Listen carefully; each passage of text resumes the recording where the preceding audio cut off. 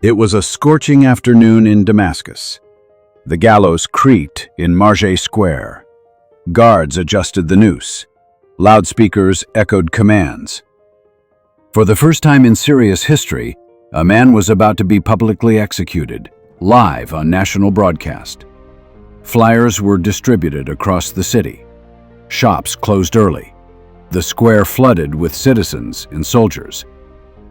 And then they brought him out, a man in a gray suit, hands tied, eyes steady, unafraid. Just weeks ago, he was drinking tea with top generals. The regime trusted him enough to discuss naming him Syria's defense minister. Some even whispered, prime minister. But today they called him a traitor, a Mossad spy. His name was Eli Cohen. Before we take you into the shadows he walked, the lies he lived, and the empire he almost broke, subscribe to Tailbuzz, where we bring you truth so powerful they tried to bury it. The 1950s unfurled like a map of chaos, borders redrawn, empires crumbling, and the Cold War casting its icy grip across the globe. In the bustling port city of Alexandria, Egypt, a young Jewish man named Eliyahu ben Shaul Cohen grew up amid the hum of markets and the weight of his Syrian heritage. Eli was no ordinary soul. With a mind like a steel trap, a voice that soothed like a desert breeze, and fluency in Arabic, French, and even Quranic verses, he could melt into any crowd. His charm was disarming, elegant yet unassuming, a trait that would soon become his deadliest weapon. Israel, locked in a tense standoff with its Arab neighbors, needed invisible warriors, agents who could erase their pasts and weave new lives behind enemy lines. Mossad, Israel's elite intelligence agency, spotted Eli's potential. Or perhaps driven by a patriot's fire, he sought them out.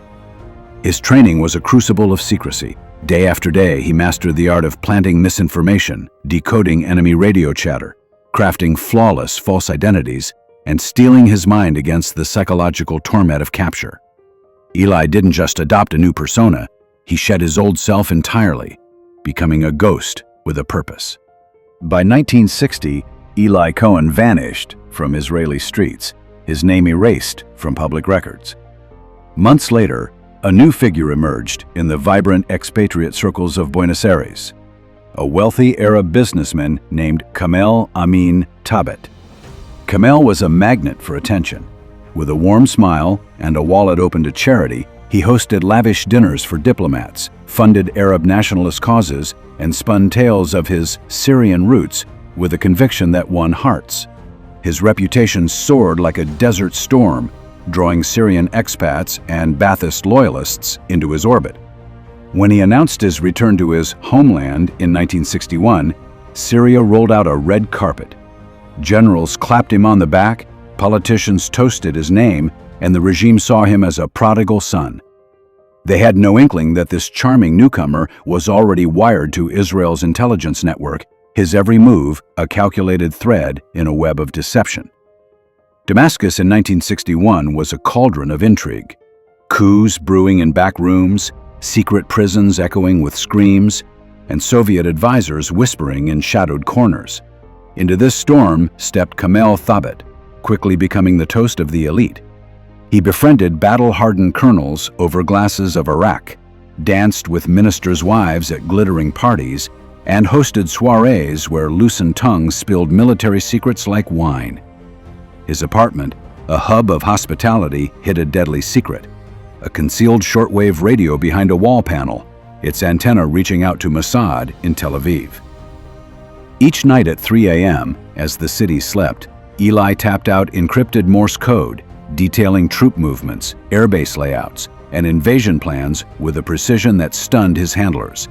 He wasn't just a spy, he was Syria's most trusted outsider, a phantom shaping their destiny from within. Eli's espionage went beyond gathering intel. He began to steer Syria's fate.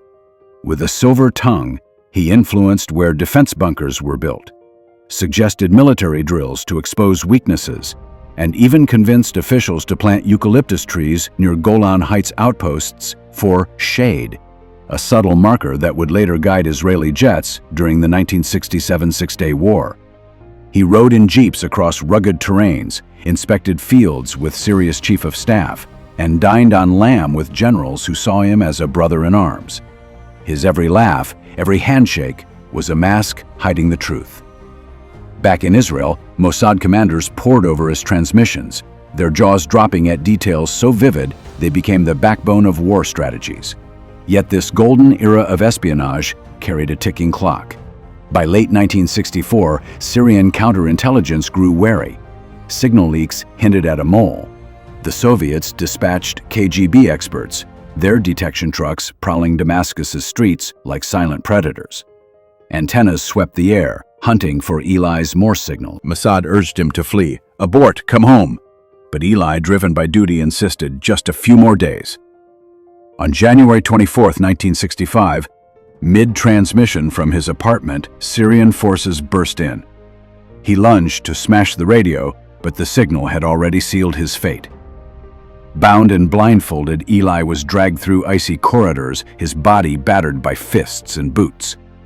Weeks of isolation followed, interrogators hammering him for names, Mossad contacts, escape routes, funding lines. He revealed nothing, his silence a fortress. He admitted his true identity, but shielded his handlers, standing firm as a rock amid the storm. In a staged military courtroom, cameras captured his defiance. Judges thundered, crowds jeered, yet Eli remained calm, almost ethereal. Global outrage erupted. Israel pleaded for his life. The Vatican and France pressed for mercy. But Syria, determined to crush dissent, sentenced him to death as a public spectacle. May 18, 1965, dawned cold and heavy over Marjah Square, Damascus. Thousands gathered, loudspeakers blaring propaganda. Eli, in a tattered gray suit, walked to the gallows with steady steps. He refused a blindfold, requesting his watch be sent to his wife Nadia. His final letter, smuggled from his cell, carried a father's love. "Don't mourn me. Stay strong. Raise our children with pride." The rope tightened, the lever dropped, and his body hung for hours, a grim warning to spies. Yet, to Israel, it became a symbol of unyielding resistance. 2 years later, in 1967, Israeli jets struck Syrian bunkers with pinpoint accuracy, guided by Eli's eucalyptus markers, saving countless lives. His legacy endures. Schools, parks, and monuments in Israel bear his name. Nadia fought for decades to reclaim his remains, a quest that ended in silence. Damascus still guards his grave's location, but Mossad keeps his tactics alive, whispering his name in training halls. Eli Cohen didn't just spy, he rewrote the rules of intelligence. He walked through fire with a serene face, turning identity into a blade and trust into a time bomb. Syria never saw it coming until the noose tightened. His war played out in salons, bedrooms, and coded whispers, not on battlefields. And in the silence after his death, Israel's victory rang clear. Syria's defenses crumbled where he had tread. For more tales that lurk in shadows and echo through history, subscribe to Tale Buzz,